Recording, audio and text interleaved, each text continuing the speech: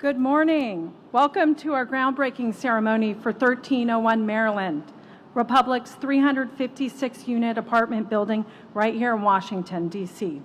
I'm Holly Hull, Managing Director at Republic Properties.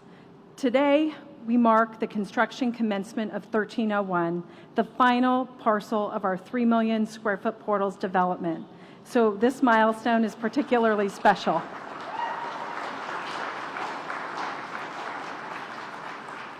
I am honored to introduce Republic's President and CEO, Stephen Gregg, who has played an integral role with the design, development, construction, and operations of all the buildings here at the Portals. Please welcome Steve Gregg.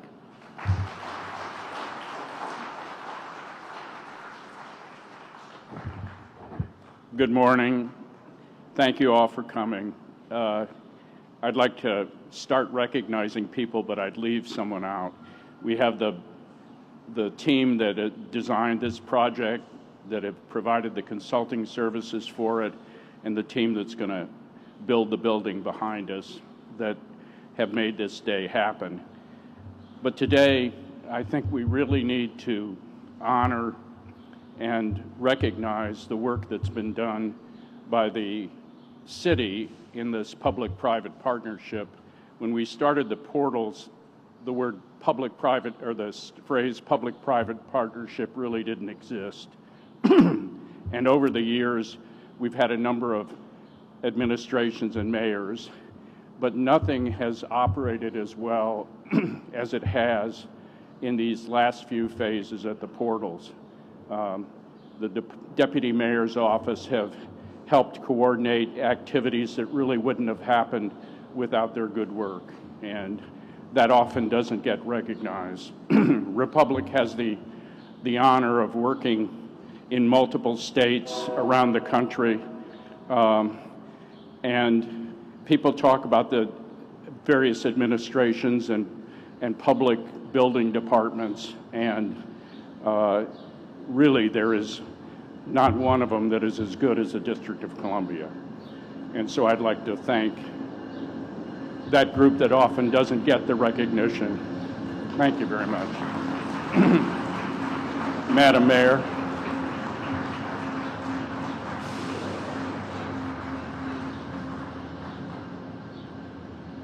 Well, good morning, everyone. I am really pleased to be here to celebrate with Republic Properties and all of you, and celebrate for our city and all of us, because this has been a transformational project for this part of Washington, and to start the final phase is indeed a milestone. It has been a decades-long journey, but no one has given up on this site, and especially not Steve Gregg. So give Steve and the entire leadership team a big round of applause.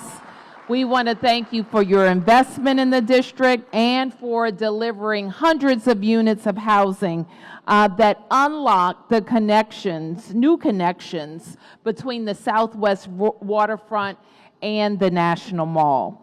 As has been mentioned, DMPED has been an integral partner in this work, and Deputy Mayor Albert would be here, but she's testifying on the budget as we speak about our growth agenda. This project represents what we hope to achieve in doubling down on growth. We need to keep building in untapped parts of our city. We need to keep attracting investment, keep building homes for new DC residents across the income spectrum. And especially in this area, we need to think big about how we transform parts of our city that have been historically dominated by office space. We're just steps away from the National Mall, the Jefferson, the Wharf, and our vibrant Southwest waterfront, and yet this area has been underutilized, cut off by infrastructure, dominated by aging office, and too often a place where people pass through And that all changed with the portals. And Portals 4 will bring over 350 new homes to the neighborhood and more people and more opportunities for business. And we continue to see the opportunity to work with the federal government to reimagine this area as well. In fact, we have allocated in our budget proposal $1.5 million to develop a master plan for Southwest as a new mixed-use community that maximizes its proximity to the National Mall.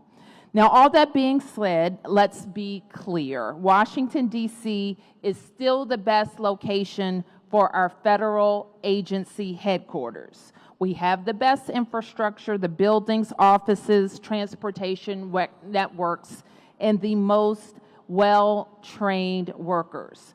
We have the people and the talent. And keeping federal agency facilities, coordinating with policymakers is best for the American people and our American workforce. We can have both. Thriving neighborhoods where people live side by side with thriving federal spaces where people work for the American people. So again, I want to thank Republic Properties and all of the financing, design, and construction folks that are going to work on this project to bring it to life. And so with that, I want to say thanks and let the ceremony begin. 3, 2, 1.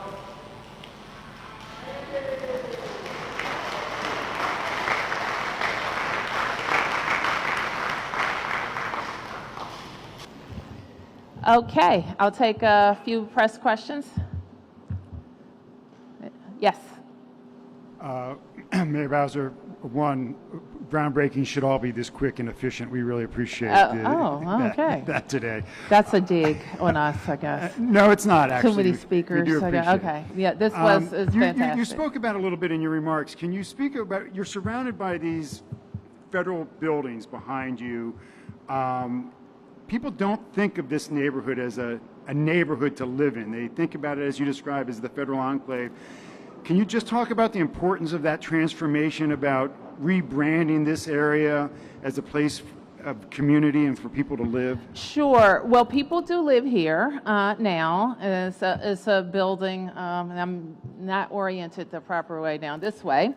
And there's a hotel here that's operated well here for many years. And so a lot of people are familiar with this area for those reasons.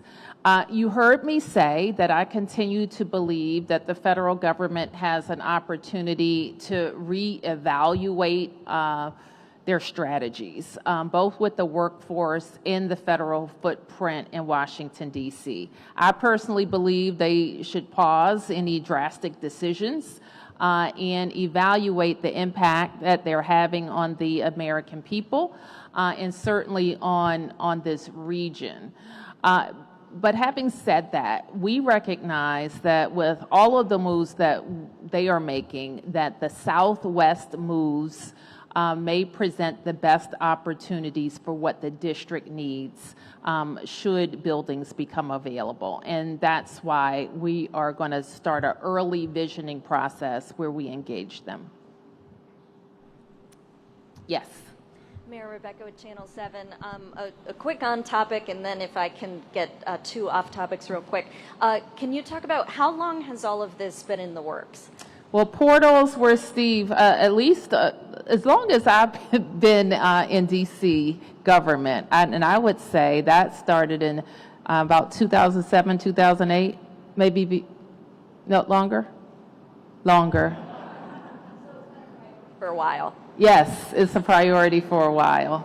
And if you can give some updates as it relates to the parade is done now, have you gotten any updates from either Army Corps of Engineers or what have you as far as how the roads are doing preliminarily and how the cleanup process is going? We expect for them to clean up over several days. When I say clean up, I mean move all of their equipment and fencing and jersey barriers it will take many days, as I understand it. And we will evaluate with the utility companies any issues that we are aware of. And at this point, I don't think we have any to report. And if there does end up being any issues, can you clarify, the Army has said they're paying for it. Do they pay directly, or does the district pay first and then get reimbursed? Do you know? Well, I will tell you, I learned something this week, and I learn something every day during this job, but the actual parade route, even on Constitution Avenue, I'm told is National Park Service responsibility. So we are following all of the movements from getting to the parade route to staging. My team, the public utilities, have worked with the Army Corps of Engineering around that planning. So, like, I don't want to anticipate all of the moves because I'm not exactly sure. But if we have to make any repairs related to it, we would submit as part of the reimbursement process that we do for national special security events. Yes. David with Fox 5. As it relates to this project, can you talk about some of the complexities when you're talking about this many just federal buildings, and if the district were to develop it, what is your sort of vision or thought of how the district would maybe take over these buildings or convert them, or just what that kind of would look like? And then I have an off-topic. Well, we don't have a mind to take over large swaths of federal buildings, mostly because most of the buildings, they have billions of dollars of deferred maintenance.